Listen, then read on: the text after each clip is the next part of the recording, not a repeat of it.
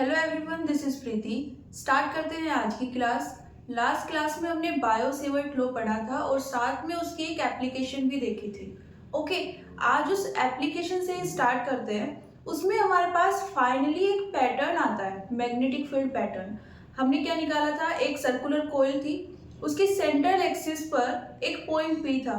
Okay, उस P point पर इस पूरे लूप में जो करंट फ्लो हो रही है उसके कारण मैग्नेटिक फील्ड निकाली थी। ओके, और उसकी डायरेक्शन क्या आई थी, जो रिजल्टेंट मैग्नेटिक फील्ड थी, along the central axis. Okay, अब ये तो बात हो जाती है सिर्फ पी पॉइंट की जो सेंट्रल एक्सिस पर है। ओके, ये करंट की डायरेक्शन है, ये हमारे पास सेंट्रल एक्सिस है और ये डायरेक्शन आई थी मैग्नेटिक फील्ड की। ओके, तो पी पॉइंट आप यहाँ पर लो, यहाँ पर, यहाँ पर, यहाँ पे डिस्टेंस हमने बोली थी कि x है। तो आप जैसे जैसे x को इंक्रीज या डिक्रीज करोगे, मींस इस एक्सिस पर पी पॉइंट को कहीं पर भी ले सकते हो और उसके अकॉर्डिंग p का जो मैग्नीट्यूड है वो कम या ज्यादा हो जाएगा। ओके, बात करेंगे डायरेक्शन की, तो डायरेक्शन इस साइड ही रहेगी। ओके, लेकिन अगर हम यहाँ पर कोई पॉइंट ले लें, ये हमारे पास एक सर्कुलर कॉइल है। ओके, अब हमने यहाँ पर कुछ इस तरह से देखा था इसको, ये इस डायरेक्शन में करंट फ्लो हो रही है, ये एक्सिस थी। Okay, central axis. अब हमने इस साइड एक पी पॉइंट लिया था। ओके, यहाँ पर, लेकिन ये पी पॉइंट बैक साइड में भी तो हो सकता है। ओके, तो क्या बैक साइड में अगर हम सेम एक्स डिस्टेंस पर एक पॉइंट पी कंसीडर करें, वहां पर मैग्नीट्यूड तो सेम आ जाएगा। ओके, क्योंकि हमने डिस्टेंस को सेम रखा है, सेम कॉइल है, सेम करंट है, लेकिन क्या डायरेक्शन भी सेम रहेगी? ओके, और ये तो सिर्फ बात इस एक्सिस की हो रही है जो इसके सेंटर से पास हो रही है, लेकिन अगर हम यहाँ पर कोई पॉइंट पी कंसीडर कर लें, ओके, इस कॉइल में करंट फ्लो हो रही है, तो ये अपने चारों, है ना, जितनी भी पॉसिबल डायरेक्शन है उन सब में मैग्नेटिक फील्ड प्रोड्यूस करेगी। ओके, अब वो मैग्नेटिक फील्ड आप इसके अराउंड किसी भी पॉइंट पर चेक कर सकते हो। ओके, तो अगर मैं यहाँ पर या यहाँ पर नीचे की साइड या ऊपर की साइड कोई पॉइंट कंसीडर करूँ, देन मुझे मैग्नेटिक फील्ड कैसे मिलेगी? ओके, उसकी डायरेक्शन क्या होगी? तो यहाँ पर एक पैटर्न हमें मिलता है, वो पैटर्न ड्रॉ कर लेते हैं।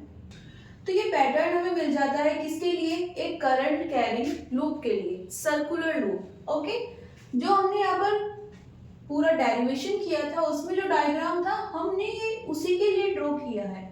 ओके, तो यहाँ पर ये डायरेक्शन है करंट की, एंटी क्लॉकवाइज। ओके, और जब हम इसके लिए इस सेंट्रल एक्सिस पर कोई पॉइंट P कंसीडर कर रहे थे, ओके, तो मैग्नेटिक फील्ड की डायरेक्शन क्या आएगी? ये। ओके, सिर्फ इस एक्सिस पर हमने क्या लिया था, पॉइंट लिया था, और ये कौन सी एक्सिस थी? जो इसके सेंटर से पास हो रही थी। ओके, अब हमने क्या किया है, हम आसपास के कुछ पॉइंट्स पर और देखना चाहते थे कि डायरेक्शन क्या होगी मैग्नेटिक फील्ड की। ओके, तो रिजल्टेंट हमारे पास ये पैटर्न आ जाता है। ओके, यहाँ पर मैग्नेटिक फील्ड लाइंस इस तरह से फ्लो हो रही है, सेंटर से स्ट्रेट जाएगी, फिर जैसे जैसे सेंटर से दूर जाएगी वो कर्विकल होना स्टार्ट कर देगी। ओके, और वो क्या ड्रॉ करती है? Close loop. ये सब क्या है? Magnetic field lines.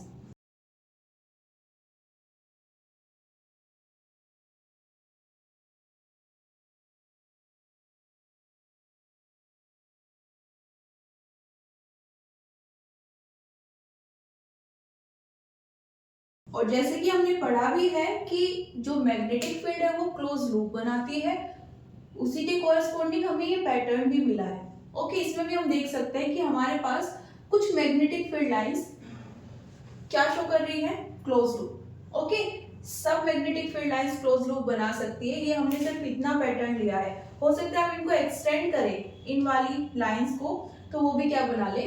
Close loop, है ना। हम थोड़ा पास से देख रहे हैं तो हमें सिर्फ ये वाली कुछ लाइनें क्लोज लूप की फॉर्म में दिख रही है। ओके, अब क्वेश्चन ये रेज होता है कि यहाँ पर ये हमने ड्रॉ कैसे किया। ओके, तो ड्रॉ करने के लिए हम क्या करेंगे, एक नया रूल पढ़ने वाले हैं। फर्स्ट थिंग, हमने अभी तक सिर्फ एक रूल पढ़ा है डायरेक्शंस के लिए, ठीक है। अगर हमें मैग्नेटिक फील्ड की डायरेक्शन चाहिए या मैग्नेटिक फोर्स की चाहिए, ओके, और उसका जो हमने एक्सप्रेशन पढ़ा है उसमें वेक्टर प्रोडक्ट है। ओके, हमें अगर डायरेक्शन चाहिए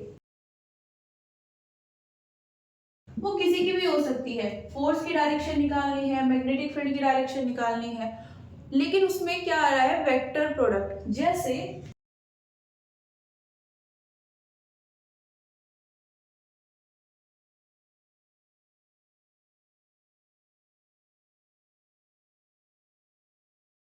ओके, एक ये फॉर्मूला आया था हमारे पास, एक और फॉर्मूला था मैग्नेटिक फोर्स निकालने का।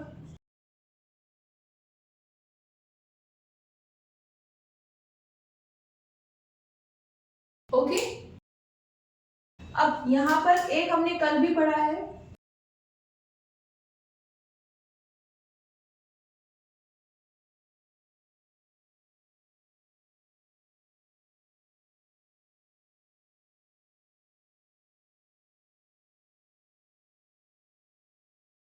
ओके, ये अभी तक हमने इस चैप्टर में कुछ एक्सप्रेशन पढ़े हैं, और तीनों ही एक्सप्रेशन में हमें जो ये डायरेक्शन निकालनी है फोर्स की या फिर मैग्नेटिक फील्ड की, तीनों के एक्सप्रेशन में क्या आ रहा है, वेक्टर प्रोडक्ट। ओके, तो हम वेक्टर प्रोडक्ट का यूज करके डायरेक्शन फाइंड कर सकते हैं। ओके, मैथमेटिकल फॉर्म में हमें अगर पता है कि वी वेक्टर किस डायरेक्शन में है, आई कैप, जे कैप, के कैप, तो मैथमेटिकली हमें रूल्स पता है। ओके, हमने पढ़ लिए हैं कि आई को आई से तुम क्रॉस प्रोडक्ट लोगे तो 0 आएगा, आई को जे से क्रॉस प्रोडक्ट कराओगे तो क्या आएगा, के आएगा, है ना, वो सब हम पढ़ चुके हैं। लेकिन अगर हमें बिना मैथमेटिक्स का यूज किए डायरेक्शन चाहिए तो हम क्या करते हैं, अपने राइट हैंड का यूज करते हैं, ये 3 फिंगर्स को यूज करते हैं। ओके, अब देखो याद क्या रखना है, इन क्रॉस प्रोडक्ट में जो भी सबसे पहले लिखा है, जो भी वेक्टर, उसको ये रिप्रेजेंट कर रहा है, जो सेकंड है उसको ये रिप्रेजेंट कर रहे हैं, और जो रिजल्टेंट आएगा, ठीक है, वो ये शो करेगा। फॉर एग्जाम्पल हम इसकी बात कर रहे हैं, पहले क्या लिखा हुआ है, कौन सा वेक्टर है, वी वेक्टर है ना, तो ये वाली फिंगर हमें क्या डायरेक्शन बताएगी, वी की, वेलोसिटी की। ओके, सेकंड क्या है, मैग्नेटिक फील्ड, तो ये क्या हमें शो करेगा, मैग्नेटिक फील्ड की डायरेक्शन।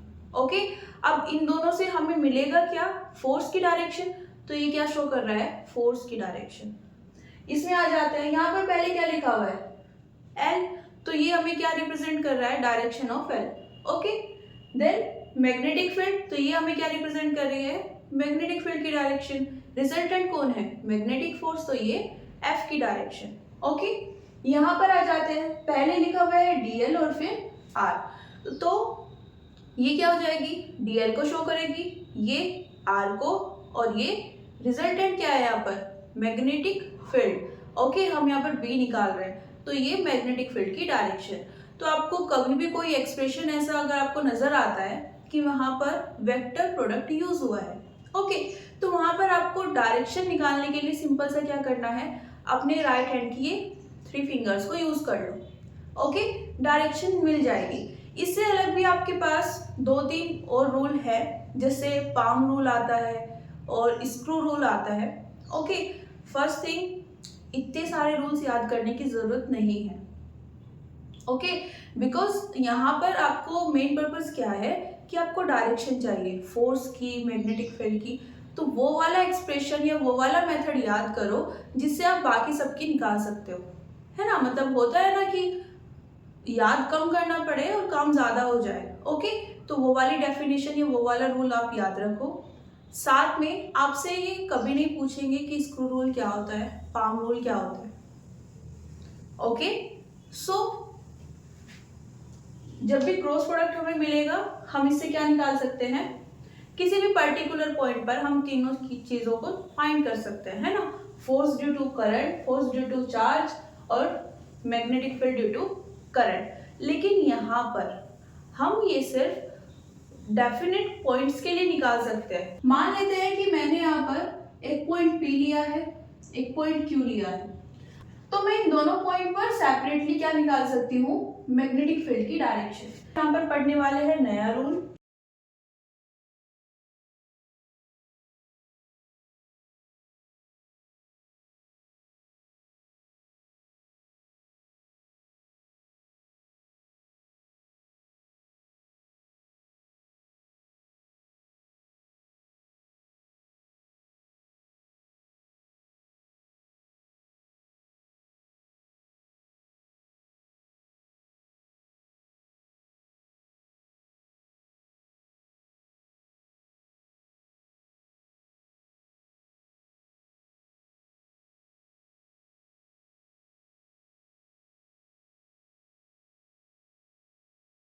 तो ये हमारे पास रूल है, क्या है, इन्होंने बोला है कि आपके पास एक सर्कुलर वायर है, ठीक है, ये तो हमने देखा था, ये एक सर्कुलर वायर है, इसमें करंट फ्लो हो रही है, ये कंसीडर कर लेते हैं, ओके, ये करंट की डायरेक्शन। अब इन्होंने क्या बोला है कि अपने पाम को, राइट हैंड का जो पाम है उसको कर्ल करना है, ओके, और इस तरह से करना है कि आपकी सब फिंगर्स किसकी डायरेक्शन में रहे, करंट की। तो अगर करंट इस डायरेक्शन में एंटी क्लॉकवाइज फ्लो हो रही है तो हमें अपने राइट हैंड को लेना है और कर्ल करना है फिंगर्स को, है ना, पाम एंड फिंगर्स दोनों को, किस डायरेक्शन में, in the direction of the current, okay. अब इस सिचुएशन में आपका थंब आपको क्या रिप्रेजेंट करेगा, direction of magnetic field, okay. देखो यहां पर कंफ्यूज मत होना, हम कभी क्या करते हैं, हम इसको सीधा रख लेते हैं, है ना, डायग्राम तो इस तरह से बना हुआ है, हम इसको इस तरह से कंसीडर करके डायरेक्शन फाइंड करने की कोशिश करते हैं। फिर डायरेक्शन कैसे आती है, स्ट्रेट, यहाँ पर कैसे बनाई हमने, साइड में, तो हमें लगता है कि गलत है, ओके। करना क्या है, ये आपको क्या रिप्रेजेंट कर रहा है, ये सर्कुलर नहीं है, तो आप इसको फ्रंट से नहीं देख रहे, ये थोड़ा ओवल शेप का है, आप इसको साइड से देख रहे हैं। तो अगर ये सर्कल है, ओके, तो आप इसको साइड से देख रहे हैं, तो अभी इस तरह से कर्ल करना है, ये क्या शो कर देगा आपको, डायरेक्शन ऑफ मैग्नेटिक फील्ड। अब एक पॉइंट और हमने यहाँ पर पढ़ा था वेरी फर्स्ट लेक्चर में कि जो डायरेक्शन होती है मैग्नेटिक फील्ड लाइंस की वो कैसे होती है, साउथ टू नॉर्थ, जब हम अर्थ पर मेजर करते हैं, ओके। तो यहाँ पर ये साउथ होगी और ये नॉर्थ, ओके, ये नॉर्थ पोल बन जाएगा और ये साउथ पोल। कैसे देख सकते हैं, साउथ से रेस निकल रही है और कहां पर जा रही है, नॉर्थ पोल पर, ओके, नोट कर लीजिए इसको।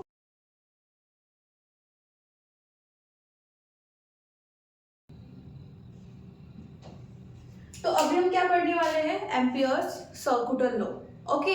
देखिए एम्पियर्स सर्कुलर लॉ की बात करें या फिर बायो सेवर्ट लॉ की बात करें, दोनों ही हमें क्या डिफाइन करते हैं कि मैग्नेटिक फील्ड करंट पर किस तरह से डिपेंड करती है, ओके। ये एग्जैक्ट एक्सप्रेशन हमें प्रोवाइड करते हैं, ओके।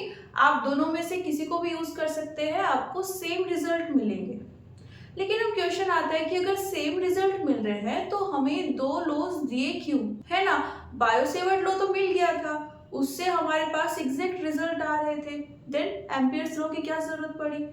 तो ऐसा है कि एम्पियर्स लॉ भी हम सब सिचुएशंस में अप्लाई कर सकते हैं, ठीक है, जैसे बायोसेवर्ट लॉ को अप्लाई कर सकते हैं। लेकिन जैसे हमने गॉस लॉ पढ़ा था, है ना, कुछ सिमेट्रिक सिचुएशंस थी, उसमें अगर हम गॉस थ्योरम को यूज कर रहे थे फर्स्ट चैप्टर में इलेक्ट्रिक फील्ड और इलेक्ट्रिक फ्लक्स निकालने के लिए, तो हमारा जो वर्क था वो काफी इजी हो गया था। वैसे ही यहाँ पर भी एम्पियर्स लॉ बिल्कुल वैसे ही वर्क करता है जैसे गॉस लॉ कर रहा था, ओके। अगर हम एम्पियर्स लॉ को अप्लाई करते हैं कुछ सिमेट्रिक सिचुएशंस में, तो वहां पर हमारे पास कैलकुलेशन काफी ज्यादा कम हो जाती है, ओके। बायोसेवर्ट में हमें एक पूरा डेरिवेशन करना पड़ता है, ओके। और अगर जैसे हमने अभी डेरिवेशन किया है उसकी पैरेलल कोई सिचुएशन आपको मिल जाएगी तो आप वहां पर एग्जैक्टली वो एक्सप्रेशन यूज कर लोगे। लेकिन ज़रूरी तो नहीं है ना कि आपको हमेशा सर्कुलर लूप ही मिले, है ना। बायो-सेवर्ट लॉ तो किसके लिए था? आपके पास कोई वायर है, कितना भी बड़ा वायर हो सकता है, किसी भी शेप का हो सकता है, और उसके कारण आप क्या निकाल सकते हो? Magnetic field. अभी हमने जो एक्सप्रेशन फाइंड किया है वो किसके लिए है? सिर्फ सर्कुलर लूप की सेंट्रल एक्सिस पर जो मैग्नेटिक फील्ड की वैल्यू होगी। ओके, ऑल्दो हमने डायरेक्शंस को देख लिया है, सेंट्रल एक्सिस से अलग कोई भी पॉइंट आप लो, वहां पर आपको डायरेक्शन मिल जाएगी, लेकिन क्या मैग्नेटिक फील्ड भी निकाल सकते हैं? नहीं। अगर आप उसको फाइंड करना चाहोगे तो काफी ज्यादा कॉम्प्लिकेटेड सिचुएशन बन जाती है। ओके, समझ में आया कि रिक्वायरमेंट कहाँ पर स्टार्ट होती है? तो एम्पियर्स लॉ को डिफाइन किया गया कुछ ऐसे ही सिचुएशंस में, कुछ ऐसे केसेस में जहाँ पर हमें कुछ सिमेट्री देखने को मिल जाती है। ओके, और अभी हम बात भी करेंगे कि वो कौन कौन सी सिमेट्री हो सकती है और अगर हम वहाँ पर उनको अप्लाई करते हैं। ओके, याद रखना कि एम्पियर्स लॉ को भी हम सभी सिचुएशंस में अप्लाई कर सकते हैं, लेकिन अगर हम सिमेट्री वाले केसेस में अप्लाई करते हैं तो आंसर फाइंड करना बहुत ज़्यादा सिंपल हो जाएगा। ओके, तो देखते हैं अपना, मान लेते हैं हमारे पास एक इनफाइनाइट स्ट्रेट वायर है। ओके, इसमें इस डायरेक्शन में करंट फ्लो हो रही है। हम उसके पास में कोई पॉइंट ले लेते हैं, ठीक है, जहां पर हमें क्या निकालनी है?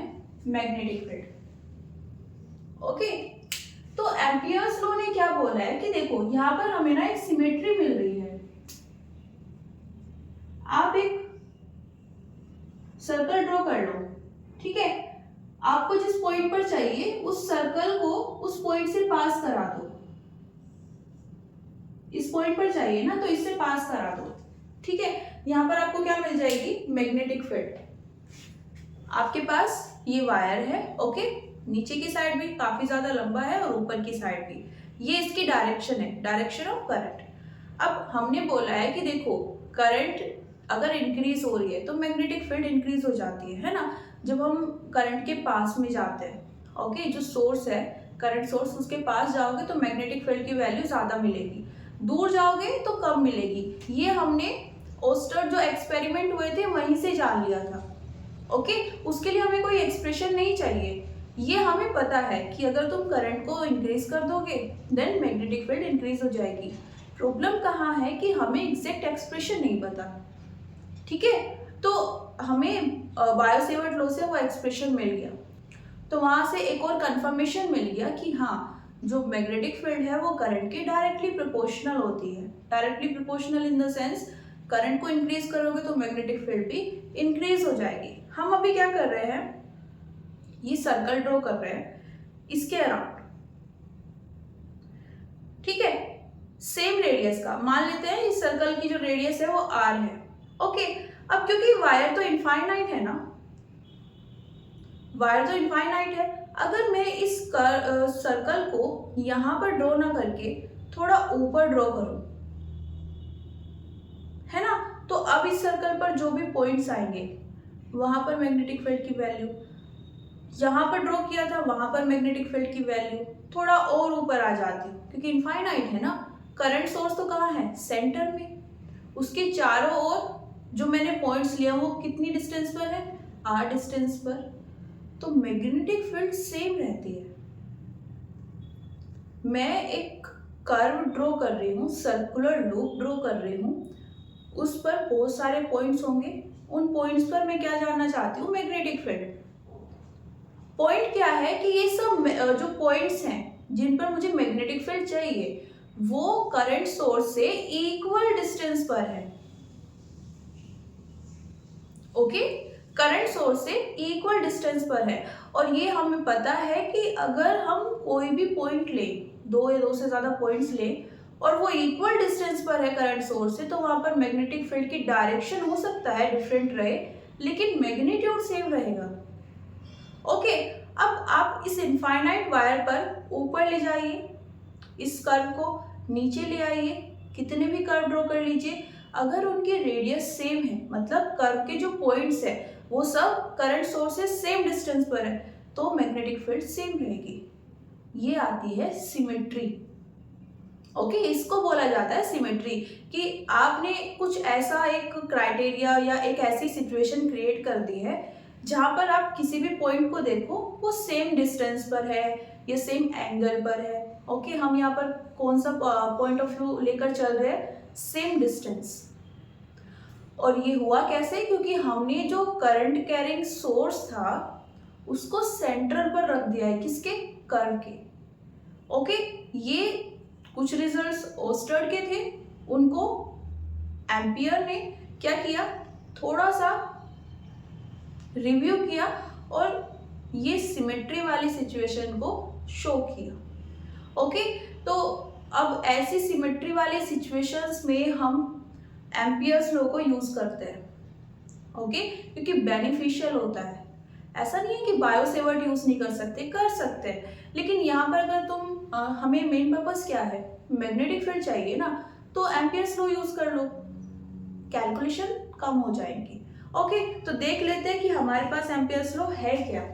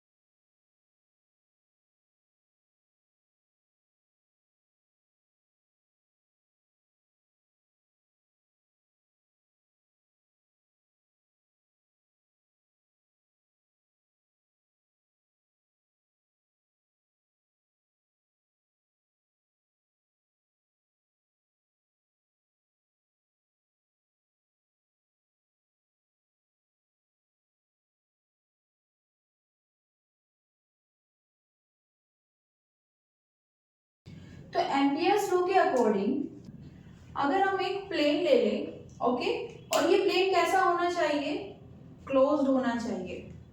एक कर्विकल प्लेन लिया है, ओके, और ये क्लोज्ड होना चाहिए। ओके, देखो यहाँ पे क्लोज्ड का मतलब कर्व से है। सपोज आप एक लूप बना रहे हो इस तरह से, जहां से आपने स्टार्ट किया है वहीं पर ये फिनिश हो गया है, तो ये क्या है, एक क्लोज्ड कर्व है। ओके, 2D में है तो हम इसको बोल देते हैं प्लेन है। ओके, तो बेसिकली यहाँ पर जो प्लेन वर्ड का यूज हुआ है वो किस लिए हुआ है, ये बताने के लिए कि हम जो ये कर्व ले रहे हैं ये 2D में ले रहे हैं, 2D की बात कर रहे हैं। ओके, तो हमने क्या बोला है, क्लोज कर्व है 2D में। ओके, अब यहाँ पर एक करंट सोर्स है, वो इस कर्व के अंदर है। मान लेते हैं कि ये करंट सोर्स है, ठीक है। इस कर्व में इस सोर्स को एनक्लोज किया हुआ है, मतलब अपने अंदर रखा हुआ है। ओके, जैसे हमने भी बात किया था कि एक सर्कल है और उसके सेंटर पर क्या है, एक ऐसा वायर जिसमें करंट फ्लो हो रही है। तो ये करंट कैरिंग वायर क्या है, सोर्स ऑफ करंट, और इसको हमने किसके सेंटर पर रखा था, एक कर्व के।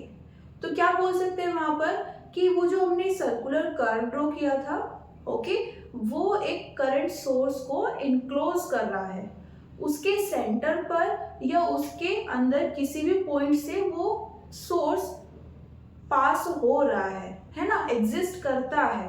ओके, तो फर्दर क्या बोल रहे हैं, मान लो कि यहाँ पर हमने एक छोटा सा लाइन एलिमेंट ले लिया है dl, ओके, इनफाइनाइटली स्मॉल है। अब इस करंट सोर्स के कारण इस लाइन एलिमेंट पर मैग्नेटिक फील्ड कितनी है, b, ये भी हमने कंसीडर कर लिया। ओके, इस सोर्स के कारण इस लाइन एलिमेंट पर मैग्नेटिक फील्ड कितनी है, b। देखो बायोसॉर्ट से इसको मिक्स मत करना, वहां पर हम लाइन एलिमेंट के कारण निकाल रहे थे। ओके, वहां पर हमने अगर ये करंट सोर्स है तो इस पर हमने एक लाइन एलिमेंट लिया था, करंट सोर्स का लाइन एलिमेंट लिया था। यहाँ पर क्या कर रहे हैं, एक अननोन कर्व हमने ड्रॉ किया है, किसके चारों ओर, सोर्स के चारों ओर। ये सोर्स है, इसके चारों ओर एक अननोन, हम उसके बारे में नहीं जानते थे, इमेजिनरी आप मान सकते हैं इस कर्व को, एक्चुअली में एग्जिस्ट नहीं करता है, हमने एक कर्व को ड्रॉ कर लिया। अब इस कर्व का एक छोटा सा लाइन एलिमेंट लिया है और इस लाइन एलिमेंट पर हम क्या देख रहे हैं, मैग्नेटिक फील्ड कितनी है, b, इनफाइनाइटली स्मॉल है, तो आप इसको एक पॉइंट की तरह मान सकते हो। इस कर्व के किसी एक p पॉइंट पर मैग्नेटिक फील्ड कितनी है, b। अब एम्पियर ने फर्दर क्या बोला कि अगर आप इन दोनों का डॉट प्रोडक्ट ले लो, स्केलर प्रोडक्ट, ओके, और उसको इंटीग्रेट कर दो, और इंटीग्रेट भी किसके अलोंग करना है, इस कर्व के अलोंग, तो हम यहाँ पर ये बना देते हैं, है ना। ये हमें बेसिकली क्या बताता है कि हम किसी क्लोज सरफेस की बात कर रहे हैं जिसके अलोंग हमने क्या लिया है, इंटीग्रेशन। इस इंटीग्रेशन को हम क्या बोलते हैं,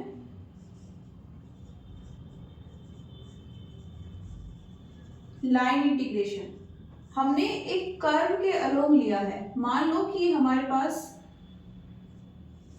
ये कर्व है, तो इसके छोटे छोटे एलिमेंट्स को जब हम ऐड करेंगे, बेसिकली हम सर्कमफ्रेंस की बात कर रहे हैं। अगर हम एग्जैक्ट सर्कुलर केस ले, है ना, एक सर्कल है, उसकी सर्कमफ्रेंस पर छोटे छोटे हमने लाइन एलिमेंट लिए हैं, ओके, और अब उसको क्या कर रहे हैं, इंटीग्रेट कर रहे हैं, तो हमें क्या मिलेगी, पूरी सर्कमफ्रेंस। ओके, यहाँ पर क्या है कि हम सिर्फ लाइन एलिमेंट को इंटीग्रेट नहीं कर रहे, उसका डॉट प्रोडक्ट लिया है किसके साथ, मैग्नेटिक फील्ड के साथ। तो हमें यहाँ पर जो रिजल्ट मिलता है वो क्या होता है, म्यू नॉट टाइम्स ऑफ आई, और ये आई कौन सी है, वो करंट जिसको इस कर्व ने एनक्लोज किया है। अब देखो ये गॉस लॉ से काफी ज्यादा सिमिलर है। वहां पर हमने क्या बोला था कि अगर हमारे पास एक 3D क्लोज सरफेस है, वहां पर हम 3D की बात कर रहे थे, ओके, और हम वहां पर ले रहे थे इलेक्ट्रिक फील्ड थी, ओके, डॉट प्रोडक्ट लिया था किसके साथ, क्योंकि हमने वहां पर एरिया एलिमेंट लिया था, ठीक है, हमने वहां पर जो एलिमेंट लिया था छोटा सा, वो एक एरिया का एलिमेंट था, उसकी लेंथ भी थी और छोटी सी हाइट भी थी, ऑल्दो वो भी काफी ज्यादा छोटी थी, स्टिल वहां पर वो एग्जिस्ट करती थी। जैसे हम यहाँ पर ले रहे हैं, इनफाइनाइटली स्मॉल है, स्टिल कुछ ना कुछ लेंथ एग्जिस्ट करती है। ओके, अब इसको हमने इंटीग्रेट किया था, ठीक है, along the closed surface. Okay, और हमें रिजल्ट क्या मिला था, Q by epsilon not. Q क्या था वहां पर, वो चार्ज जो उस क्लोज सरफेस ने इनक्लोज किया हुआ है। यहाँ पर ये क्या बोल रहे हैं, वो करंट जो उस सरफेस ने इनक्लोज की हुई है। ठीक है, अगर मैं उस सर्कल की बात करें, मैं अगेन इस सर्कल की बात कर रही हूं।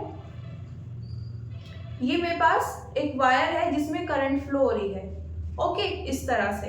तो जब मैं बात कर रही हूँ 2D प्लेन की, उसका ये मतलब नहीं है कि पूरा का पूरा ये जो वायर है ये इस कर्व के अंदर है, नहीं, ऐसा नहीं है। ये सिर्फ पॉसिबल हो सकता है किस केस में, 3D में।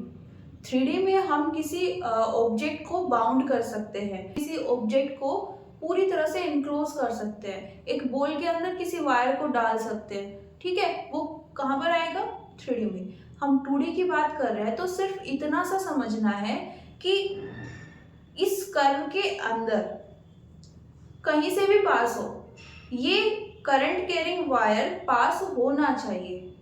ओके, यहां पर लीजिए, यहां पर लीजिए, यहां पर सेंटर में, साइड में, कहीं पर भी रखो, लेकिन ये वायर इसके अंदर से पास होना चाहिए। इसको हम क्या बोल रहे हैं, एनक्लोज बोल रहे हैं। ये हम 2D में बात कर रहे हैं। 2D में एनक्लोज का मतलब ये होगा। ओके, अब यहाँ पर एक क्वेश्चन और आ सकता है, अगर हमारे पास 2 या फिर 2 से भी ज्यादा करंट सोर्स है, देन मतलब ये कर्व है और इसके बीच में है ना, इस पोजीशन से एक ये वायर, करंट कैरिंग वायर पास हो रहा है, एक यहां से पास हो रहा है, एक यहां से पास हो रहा है, देन हम कौन सी करंट लेंगे, तो हमें क्या करना है, उन सब करंट को ऐड कर देना है। ओके, अगर हम बोल रहे हैं यहाँ पर 3 करंट कैरिंग सोर्स है, तो तीनों से जो हमें करंट मिल रही है उन तीनों को ऐड कर दो और फिर यहाँ पर रखेंगे। ओके, सो यहाँ पर आई क्या है,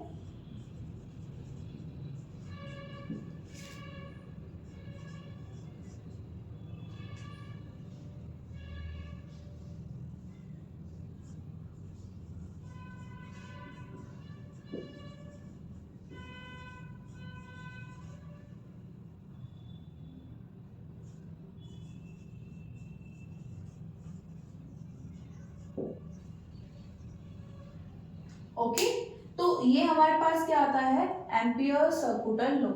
लेकिन ये यहाँ पर फिनिश नहीं होता है, यहाँ पर हम डायरेक्शन को भी फाइंड करते हैं। डायरेक्शन को कैसे फाइंड करें, देखो यहाँ पर अगेन हम सेम रूल यूज कर रहे हैं, राइट हैंड थंब रूल। अभी हमने आज ही की क्लास में पढ़ा है उसको, ठीक है, राइट हैंड थंब रूल। यहाँ पर भी हम सेम चीज करेंगे। ओके, डिफरेंस क्या होगा,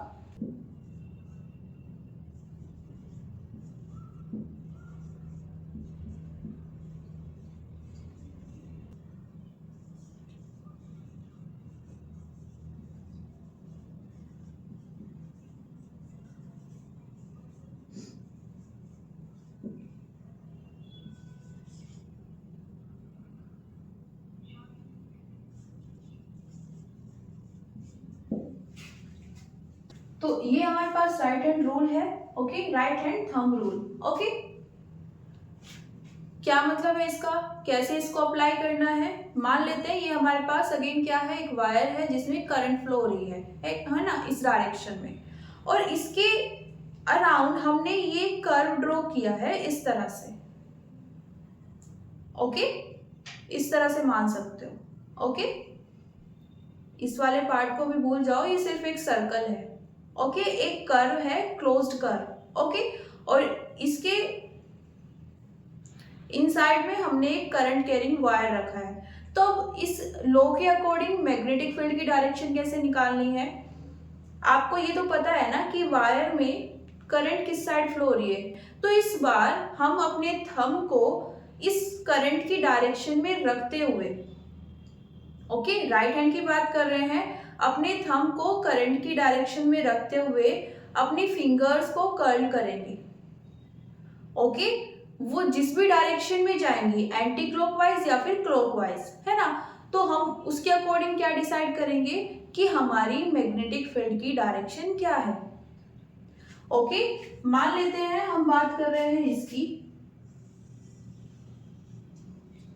ओके, और यहां से करंट बाहर आ रही है।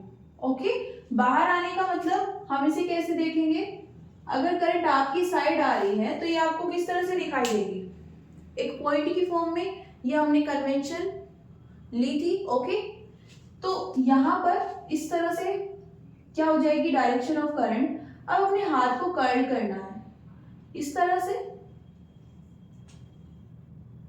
तो ये कौन सी डायरेक्शन होगी करंट, सॉरी मैग्नेटिक फील्ड की। यहां पर मैग्नेटिक फील्ड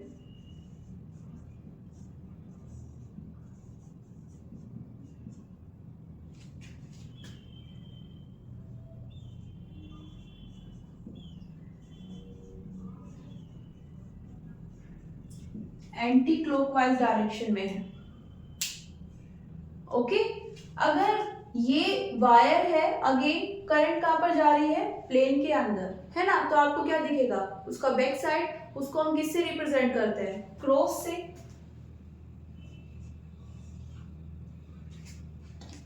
ओके, अब इसके अराउंड हमने अगेन क्या लिया है, एक सर्कल, एक क्लोज्ड लूप। ओके, तो यहां पर अभी क्या करना है, अगेन थंब को कैसे अरेंज करना है, in the direction of the current. Current कहां पर है इस बार, इनटू द प्लेन है, और अभी अगर हम कर्ल करेंगे, है ना, आपको ये फिंगर्स को कर्ल करना है, ये सेम डायरेक्शन में रहना चाहिए, आपको एग्जैक्ट डायरेक्शन मिल जाएगी। ओके, तो इस तरह से कर्ल करेंगे तो क्या आ रही है, क्लॉकवाइज डायरेक्शन।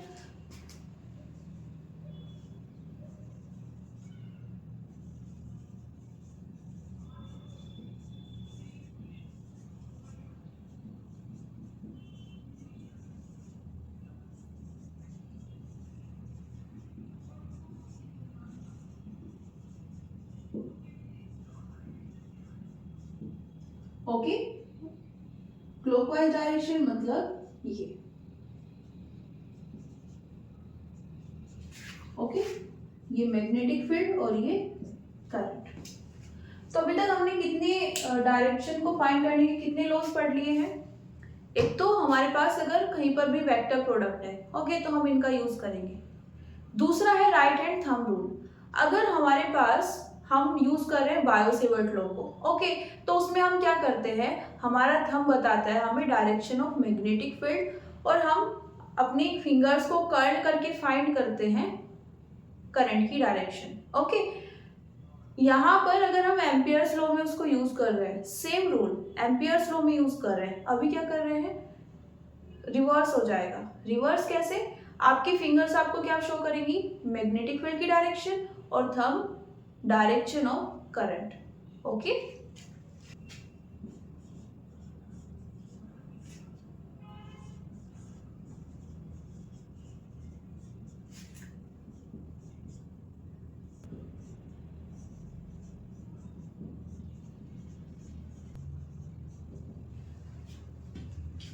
तो ये नोट भी यहाँ पर ऐड कर लेते हैं। ओके, यहाँ पर ये क्या बोल रहे हैं कि देखो, जब हम यहाँ पर करंट लेते हैं और अगर वो आउट ऑफ द प्लेन है, मतलब इस तरह से है, आपकी साइड उसकी डायरेक्शन है, ओके, वो आपकी साइड आ रही है, तो उस केस में हम उसको क्या कैसा कंसीडर करते हैं, पॉजिटिव करंट।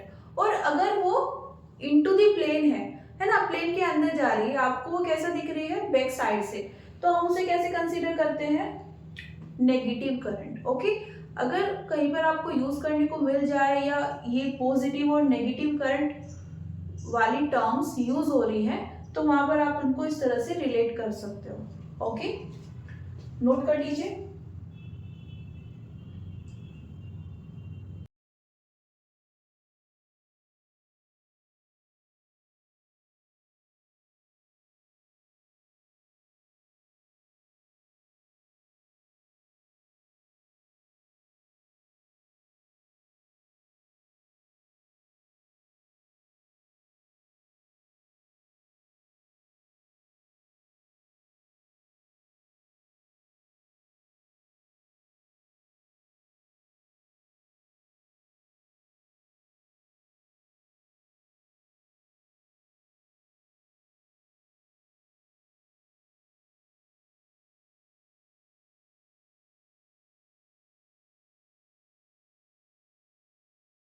तो यहाँ पर ये हमारे पास 3 सिचुएशंस है।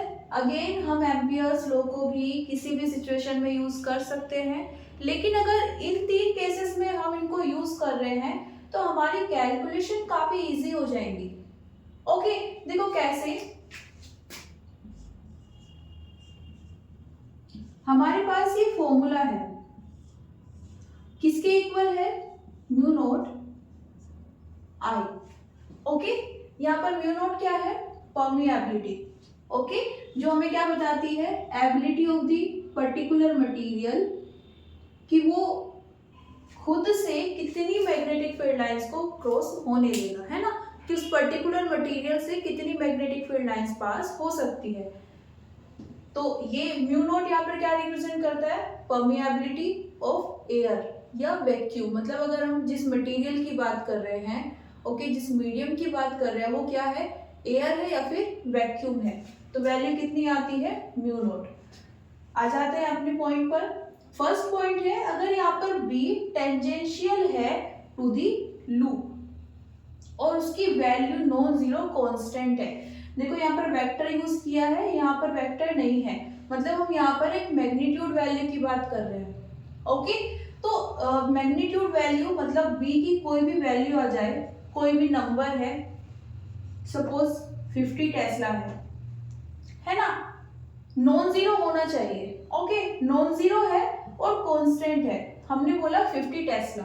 ओके, दूसरा क्या है यहाँ पर कि इसकी जो डायरेक्शन है, मैग्नीट्यूड तो हो गया, should not be equal to 0। Okay, direction कैसी है, लूप के टेंजेंशियल होनी चाहिए। देखो हम जब क्रॉस कर्व ड्रॉ कर रहे हैं, ओके, हम यहाँ पर इस तरह से जा रहे हैं, अगर करंट इस तरह से है, ओके, तो हम यहाँ पर इस तरह से जा रहे हैं।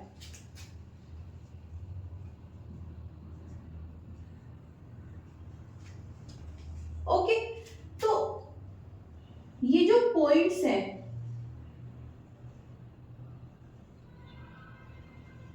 यहां पर अगर आप टेंजेंट ड्रॉ करोगे तो वो भी तो किसके अलोंग आ रही है, direction of magnetic field. For example आपने बोला कि ये यहाँ पर क्या है, डायरेक्शन ऑफ मैग्नेटिक फील्ड, यही टेंजेंट भी तो है। ओके, इस पॉइंट पर आपने एक टेंजेंट ड्रॉ की है, टेंजेंट मतलब जो इस पॉइंट से टच होते हुए जा रही है। ओके, अब इसी पर आपने ये डायरेक्शन लगा दी है, ये क्या बन गई, मैग्नेटिक फील्ड डायरेक्शन। उसके अकॉर्डिंग इसी को हम क्या बोल देते हैं, डायरेक्शन के बिना ये क्या है, टेंजेंट। तो दोनों एक दूसरे के पैरेलल ही तो है ना। और जैसे जैसे हम इस पॉइंट पर आते हैं या यहाँ पर बीच में कोई पॉइंट लेते हैं, सब पर जो मैग्नेटिक फील्ड है वो किसके पैरेलल रहती है, टेंजेंट के। तो हम क्या बोल देते हैं कि जो मैग्नेटिक फील्ड है वो क्या है, टेंजेंशियल है टू दी लूप। लूप के जितने भी पॉइंट है उन पर आप टेंजेंट ड्रॉ करो, ये मैग्नेटिक फील्ड सेम चीज है ना। तो अगर ये दोनों केसेस हैं तो हम अगर एम्पियर्स लॉ को यूज करें, ओके, तो ये फॉर्मूला सिंप्लीफाइड व्यू में हमें मिल जाएगा। कैसे, यहां पर हम क्या लिख सकते हैं, VDL cos theta equals to mu naught I. Okay, theta क्या है, इन दोनों के बीच का angle B and DL। Okay, ये कितना है यहाँ पर 0, तो ये कितना आ जाएगा, BDL म्यू नॉट आई। ये 0 कैसे आया है, अभी तो हमने बोला कि जो मैग्नेटिक फील्ड है वो लूप के टेंजेंशियल है। आप डीएल एलिमेंट अगर ले रहे हो, जैसे हमने बायो-सेवर्ट लॉ में देखा था, अगर हम ये इस एलिमेंट की बात कर रहे हैं, ओके, तो ठीक है, हमने बोला इसकी लेंथ कितनी है, डीएल, ये तो हमने मैग्नीट्यूड बोल दिया ना, डायरेक्शन भी तो चाहिए, यहाँ पर डायरेक्शन है, तो हम क्या करते हैं, अगेन टेंजेंट ड्रॉ करते हैं। देखो जब हम बायो-सेवर्ट लॉ बोल रहे थे तो हम क्या बोल रहे थे कि यहाँ पर डीएल की जो डायरेक्शन है वो किसके अलोंग लेनी है, करंट के, है ना। अगर वायर इस तरह से है, ये क्या है हमारे पास, डायरेक्शन ऑफ करंट। यहाँ पर हमने कोई एलिमेंट लिया है और उस पर हम टेंजेंट ड्रॉ कर रहे हैं, तो इस टेंजेंट की भी हमें यही डायरेक्शन लेनी है। यहाँ पर क्या कर रहे हैं हम, जब इस तरह से कर्ल करते हैं ना, तो ये सिर्फ हमें ये नहीं बताता कि मैग्नेटिक फील्ड की डायरेक्शन क्या है, ये हमें ये भी बताता है कि अगर हम डीएल एलिमेंट की डायरेक्शन लेना चाहते हैं तो हमें किस तरह से मूव करना है। ओके, तो हमें इस तरह से मूव करना है और इसी डायरेक्शन में हमें क्या मिल रही है, मैग्नेटिक फील्ड। ओके, यहाँ पर तो क्या था कि करंट के अलोंग हमने क्या ले ली, direction of this element, okay, line element. यहाँ पर क्या है, एम्पियर्स लॉ में जब हम फिंगर्स को कर्ल करते हैं तो हमें क्या पता चलता है, दो चीजें, एक तो डायरेक्शन ऑफ मैग्नेटिक फील्ड, दूसरा हमें वहां पर ये कंफर्मेशन भी मिलता है कि हमें अगर डीएल की डायरेक्शन लेनी है तो वो भी इसी के अलोंग लेनी है, इन फिंगर्स के अलोंग। ओके, तो दोनों के बीच में एंगल कितना आ जाएगा, 0। पहले क्या थे, वेक्टर फॉर्म में, अभी क्या गए हैं, कांस्टेंट, सॉरी मैग्नीट्यूड फॉर्म में। ओके, फर्दर सिंप्लीफाई हो जाएंगे अगर हम यहाँ पर b की वैल्यू को डिफाइन करते हैं। ओके, तो ये फर्स्ट सिचुएशन है। सेकंड क्या है, b is normal to the loop, ठीक है, मतलब लूप की डायरेक्शन तो हमने इस तरह से ले ली।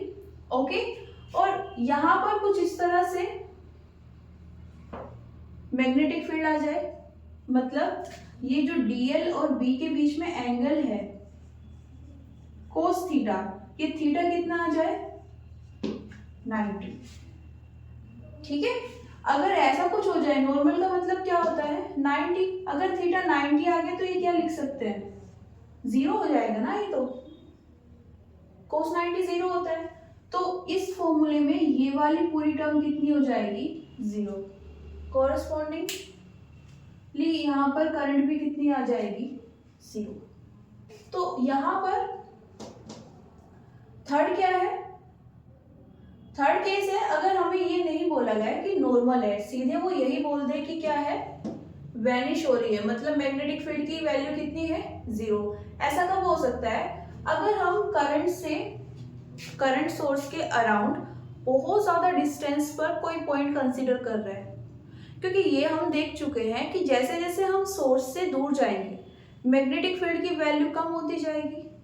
अगर हमने बहुत ज्यादा दूर एक पॉइंट लिया है और उसके चारों ओर हमने एक बहुत बड़ा क्लोज कर्व बना लिया है, तो वहां पर जो पॉइंट्स होंगे, लाइन एलिमेंट्स होंगे, उन पर जो मैग्नेटिक फील्ड की वैल्यू होगी वो लगभग 0 ली जा सकती है, क्योंकि वो बहुत ज़्यादा दूर चले गए हैं। ओके, तो हो सकता है वो टेंजेंशियल हो लेकिन उसकी वैल्यू कितनी आए, लगभग 0। तो वहां पर हम क्या बोल देते हैं कि मैग्नेटिक फील्ड वैनिश हो गई है। तो इस फॉर्मूले में अगर आप b को 0 पुट कर दोगे देन अगेन क्या हो जाएगा, फॉर्मूला तो सिंप्लीफाई हो जाएगा, है ना। तो सिंप्लीफाई यहाँ पे करने का मतलब सिंपल सा ये है कि हम जो इंटीग्रेशन कर रहे हैं वो इंटीग्रेशन कॉम्प्लिकेटेड ना बने। फर्स्ट पॉइंट के अकॉर्डिंग एंगल कितना होना चाहिए, 0। सेकंड के अकॉर्डिंग एंगल कितना होना चाहिए, 90, और थर्ड में हमने बोला है कि मैग्नेटिक फील्ड ही 0 है।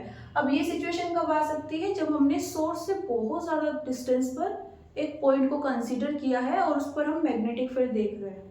ओके, तो वहां पर वैल्यू क्या आ जाएगी, लगभग 0। ओके, तो यहाँ पर आप याद भी रख सकते हो फर्स्ट पॉइंट में, ठीक है, और सेकंड में, और यहाँ पर ये क्या है, b इक्वल्स टू 0। ओके, ये नोट कर लीजिए। तो आज के लिए इतना ही, मिलते हैं नेक्स्ट क्लास में। Thank you everyone, see you soon.